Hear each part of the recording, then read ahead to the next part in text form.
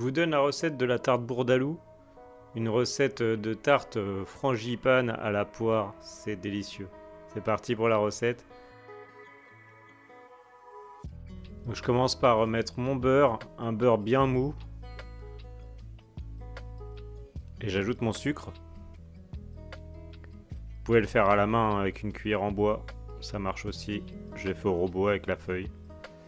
On obtient bien mélangé, on obtient une sorte de crème en fait. Une petite crème. J'ajoute ma farine par-dessus. Et là je vais mélanger aussi. Et là ce coup-ci on obtient plutôt une sorte de sable. Ça fait une texture de sable, c'est un peu sableux, d'où le nom pâte sablée. Je vais ajouter mon œuf. Et je vais mélanger jusqu'à obtenir une pâte. Je coupe aussitôt dès que c'est bien...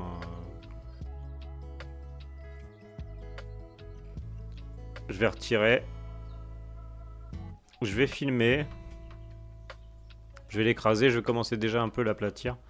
Puis je vais la filmer. Et je vais la laisser reposer au réfrigérateur au minimum 2 heures. Au bout de 2 heures, je vais la ressortir. Elle sera bien ferme. Je vais la retravailler un peu. Et puis mon appareil photo a craché. Donc j'ai foncé ma pâte tout simplement. J'ai beurré un moule. J'ai piqué. J'ai bien fait les bords collés et j'ai coupé les bords, voilà. Ça part au réfrigérateur, le temps de faire la crème. Donc là un beurre pommade, un beurre bien mou. Le beurre était pas assez mou là chez moi, mais bon il a fallu le travailler un peu plus longtemps. Avec une cuillère en bois et du sucre et je vais blanchir tout ça. Je vais ensuite ajouter la poudre d'amande. Pareil, je vais mélanger. Les ingrédients et quantités sont en description de la vidéo. Je vais ajouter 3 œufs. Et là au fouet ce coup-ci, et une poignée de farine. Et au fouet ce coup-ci, je vais bien mélanger. Bien fouetter.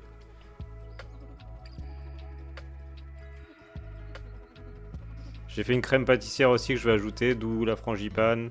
C'est un mélange de crème d'amande et de crème pâtissière. J'en mets une petite quantité, pas une grosse.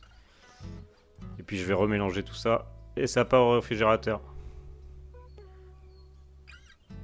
Je vais pouvoir mettre ça dans mon fond de tarte, lisser. Je vais ouvrir des poires au sirop. Je vais faire des petites tranchettes. Je vais appuyer dessus pour les plaquer un peu. Et avec mon couteau, je vais venir les choper et les déposer sans les enfoncer sur la crème d'amande. Je vais les aplatir et déposer ça. Je vais faire tout le tour et je vais remettre au milieu aussi. Et les petits morceaux qui restent, je vais poser sur les trous. Par-dessus, je vais rajouter dans les trous aussi de crème les amandes effilées.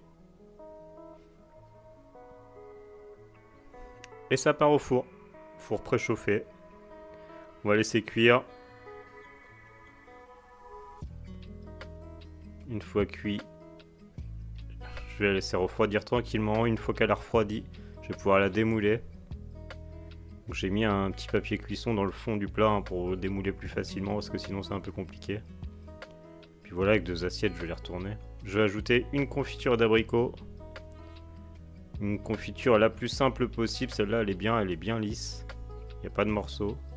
Je vais ajouter un petit peu d'eau et je vais mettre à chauffer au gaz.